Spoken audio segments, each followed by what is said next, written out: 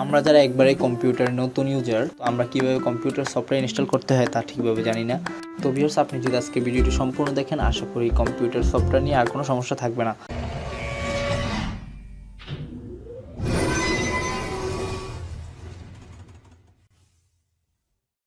তো ভিউয়ার্স, আমার স্ক্রিনে এখানে আপনারা দেখতে পাচ্ছেন যে আমার একটি সফটওয়্যার রয়েছে।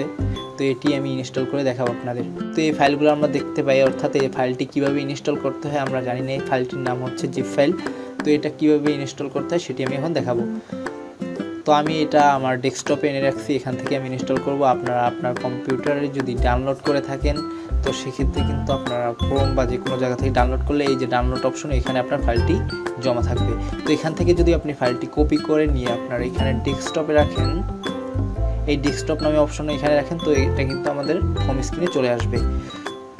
তো এখন আমি কিভাবে সফটওয়্যারটি ইনস্টল করে সেটি দেখাবো। তো আমাদের এই সফটওয়্যারটি, এই জিপ ফাইলটিকে যদি আমরা আনজিপ করি, অর্থাৎ এটাকে এক্সট্রাক্ট করতে হবে। এক্সট্রাক্ট করার জন্য আমরা এটার উপরে মাউসের কার্সরটা রাখার পরে মাউসের রাইট বাটন ক্লিক করব।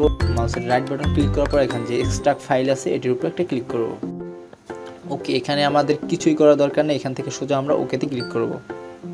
তো আপনি যে ওয়েবসাইট থেকে আপনার সফটওয়্যারটি ডাউনলোড করবেন, সেখানে কিন্তু আপনি দেখবেন একটা পাসওয়ার্ড দেওয়া আছে, তো সেটি দেখে নেবেন। তো আমি এটা ডাউনলোড করার সময় আমি দেখে নিয়েছি যে এটা একটা পাসওয়ার্ড আছে, আমি পাসওয়ার্ডটা দিয়ে দিলাম।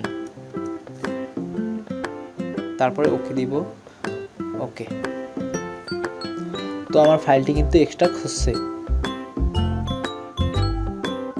আমার এই যে জিপ ফাইলটি, এটি কিন্তু আনজিপ হয়েছে। এই উপরে যদি আমরা তাকাই, এখানে কিন্তু আমার জিপ ফাইলটি আনজিপ। এখান থেকে আমরা মাউসের লেফট বাটনে ডাবল ক্লিক করে এখান থেকে ঢুকে যাবে এটার উপরে।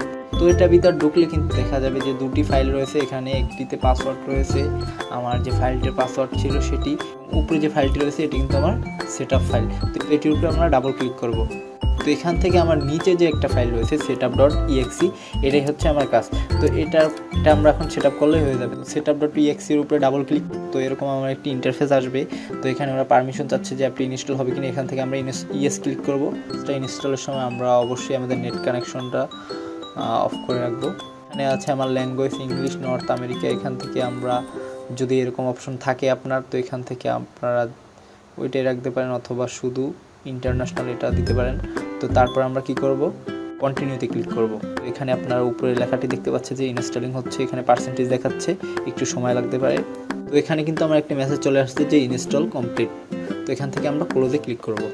ওকে, এখান থেকে আমরা ক্লোজ করে দিব। তো আমাদের অ্যাপসটা ইনস্টল হচ্ছে সেটি দেখার জন্য আমরা কি করতে পারি, এখান থেকে যদি আমরা উইন্ডোজ বাটনে কোণার স্টার বাটনে ক্লিক করি, তো সবার উপরে কিন্তু আমরা দেখতে পারবো যে তো অ্যাডোবি অডিশন নামে আমরা যে সফটওয়্যারটি এইমাত্র ইনস্টল করলাম সেটি এখানে চলে আসছে। তো এটার উপরে আমরা ক্লিক করে আমরা কাজ করতে পারি। তো ভিউয়ার্স, আমি এইমাত্র দেখালাম যে কীভাবে আপনারা এরকম একটি জিপ ফাইল দেখলে সেই সফটওয়্যারটি আপনারা কীভাবে ইনস্টল করবেন।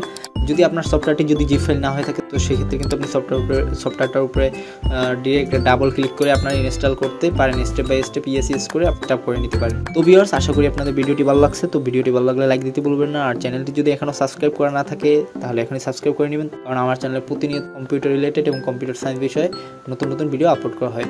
তো ভিউয়ার্স, আমাদের চ্যানেলের সঙ্গেই থাকবেন। দেখা হবে পরবর্তী ভিডিওতে। ভালো থাকবেন, সুস্থ থাকবেন। আল্লাহ হাফিজ।